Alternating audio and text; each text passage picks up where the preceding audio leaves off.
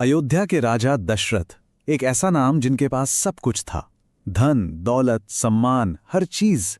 लेकिन फिर भी कहीं ना कहीं उनका जीवन अधूरा था। जानते हैं क्यों? क्योंकि उनके पास कोई उत्तराधिकारी नहीं था। तो सोचने वाली बात यह है कि अयोध्या का जो सूना सिंहासन था वो सिर्फ एक राजा की संतानहीनता थी, या इसके पीछे कोई पुरानी कहानी थी, कोई ऐसा श्राप जो बस अपना असर दिखाने का इंतजार कर रहा था। चलिए आज इसी रहस्य से पर्दा उठाते हैं। तो ये कहानी शुरू होती है राजा दशरथ के एक बहुत ही असाधारण हुनर से। देखिए, वो सिर्फ एक महान राजा ही नहीं थे, बल्कि एक बेमिसाल धनुर्धर भी थे। लेकिन कभी-कभी ऐसा होता है ना कि जो आपकी सबसे बड़ी ताकत होती है, वही आपकी सबसे बड़ी कमजोरी बन जाती है। राजा दशरथ शब्दभेदी बाण चलाने में माहिर थे। अब ये है क्या? इसका मतलब यह है कि वो सिर्फ आवाज सुनकर बिना देखे अपने लक्ष्य को भेज सकते थे। मतलब आप सोचकर देखिए कितना कमाल का हुनर रहा होगा। पर यही हुनर उनकी जिंदगी में एक बहुत ही दुखद मोड़ लेकर आया। तो हुआ यूं कि एक शाम राजा शिकार पर थे।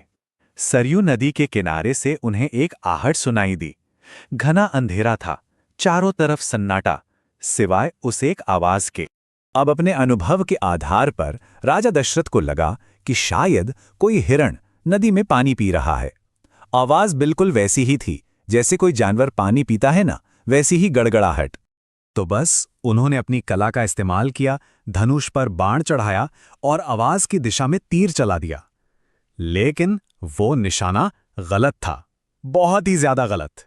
वो तीर किसी जानवर को नहीं, बल्कि एक नौजवान श्रवण कुमार को जा लगा था।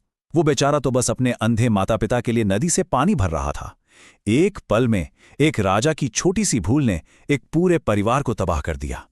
जानते हैं, अपनी आखिरी सांसों में भी श्रवण ने राजा से अपने प्यासे माता पिता को पानी पिलाने को कहा।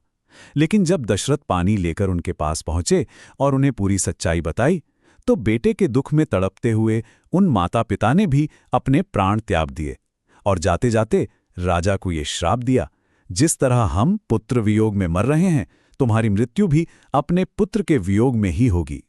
इस श्राप ने ना राजा दशरथ को अंदर तक तोड़कर रख दिया।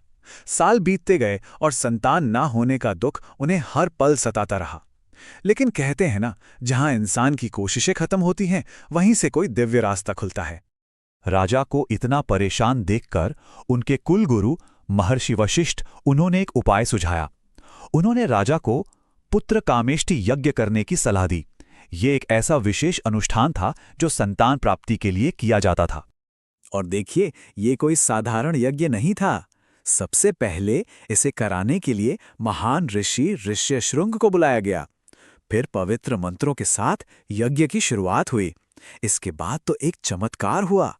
यज्ञ की आग से एक दिव्य पुरुष प्रकट हुए और आखिर में उन्होंने राजा दशरथ को एक बर्तन दिया जिसमें दिव्य खीर थी।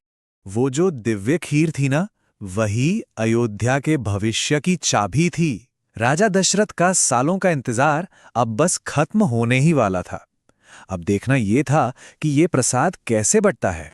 तो राजा दशरथ ने उस खीर का आधा हिस्सा यानी कि 50% अपनी सबसे बड़ी रानी कौशल्या को दिया, और जो आधा बचा उसे अपनी दो और रानियों कैकेयी और सुमित्रा में बराबर बराबर यानी कि 25-25% करके बांट दिया। इस तरह हर रानी को उनका हिस्सा मिल गया। और फिर यज्ञ सफल हुआ। रानी कौशल्या ने राम को जन्म दिया, रानी कैकेयी ने भरत को और रानी सुमित्रा ने लक्ष्मण और शत्रुघ्न, दो जुड़वा पुत्रों को। आप सोच सकते हैं पूरे अयोध्या में कैसी खुशी की लहर दौड़ गई होगी। सबसे बड़े बेटे का नामांकन खुद कुलगुरु वशिष्ठ ने किया। उन्होंने उनका नाम रखा राम, जिसका मतलब होता है वो जो सबके मन में खुशी से बस जाए। और ये नाम एक तरह से उनके आने वाले जीवन का प्रतीक था। तो देखिए, एक तरफ राजा की इच्छा पूरी हुई और दूसरी तरफ वो शाप भी अपनी राह पर चल पड़ा था। लेकिन अब सबसे बड़ा सवाल ये है कि कैसे एक 12 साल का लड़का दुनिया के सबसे भयानक राक्षसों का सामना करेगा। ये जानेंगे हम अगली कड़ी में।